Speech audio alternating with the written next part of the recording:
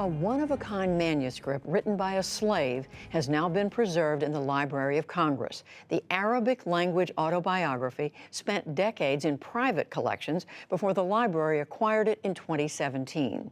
Now it has been digitized for the world to read. And Amna Nawaz reports on the manuscript's remarkable journey for our ongoing arts and culture series, Canvas. Born and raised in West Africa, Omar ibn Said was 37 years old when he was kidnapped and taken to America as a slave in the 1800s. Before I came to the Christian country, my religion was the religion of Muhammad. His autobiography in his native language of Arabic is believed to be the only one of its kind, the original words of a Muslim American slave.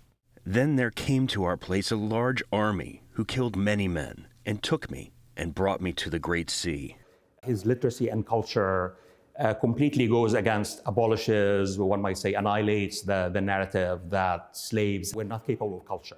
In fact, they were persons with distinct histories, abilities, culture, and background.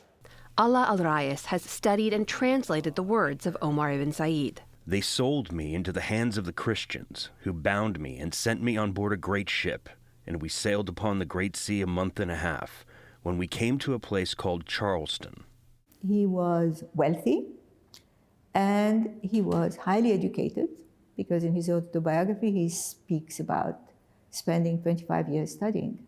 Mary Jane Deeb is the chief of the African and Middle East Division at the Library of Congress, where Ibn Said's manuscript now lives. So there was a man who was caught at the age of 37, and shipped off to South Carolina, in a country he doesn't know, among people whose language he doesn't know. Ibn Said wrote he was sold to a, quote, small, weak, and wicked man called Johnson. After years of abuse, he fled, but was caught in North Carolina.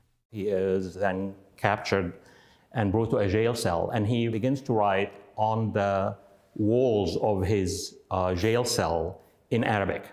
So that attracted attention of pretty important people, because the man who ends up buying him and releasing him from jail was the brother of the governor of North Carolina. Over time, Ibn Said converted to Christianity. In his 60s, he wrote his own story, but only in Arabic. It's written in Arabic, and so his masters could not really read it at all. They could not really influence its writing. And so it was really his exact words, unfiltered by the machinery of the editorship of masters and abolitionists, as other slave narratives were. A machinery Al-Rayes says erased countless narratives, including the fact that up to 20% of Africans enslaved in America were Muslim. Ibn Said, in fact, chose to open his autobiography with a verse from the Quran. The crux of this Quranic chapter is that it's only God who has the possession and the ownership both of human beings and of things. And therefore, it seems to me a kind of a hidden text. What Omar is saying is that you guys have no right to own me here. It's a narrative that challenges the original concept of who the slaves were when they came here. That they didn't really have a system of belief. They were uncultured. They didn't have a written system. This is what he brings to the table, and basically says that is who we really are. But before those pages written by Omar ibn Said could be shared with the rest of the world, conservators here at the Library of Congress worked for months behind the scenes to bring those pages back to life. We're trying to present the item as close to what it looked like at the time as possible. Sylvia Albro led the effort to rescue the nearly 200-year-old manuscript. The materials themselves, she says, tell us even more about the life of Omar ibn Said.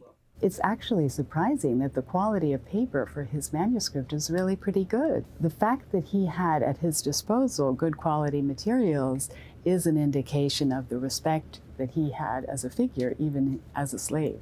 That respect brought Ibn Said to the attention of prominent abolitionists, missionaries, and linguists at the time, who translated his story and used it in their fight against slavery. The entire manuscript is now available online for a new generation to read Ibn Said's words for themselves. For the PBS NewsHour, I'm Amna Nawaz in Washington, D.C. And what a gift it is to all of us.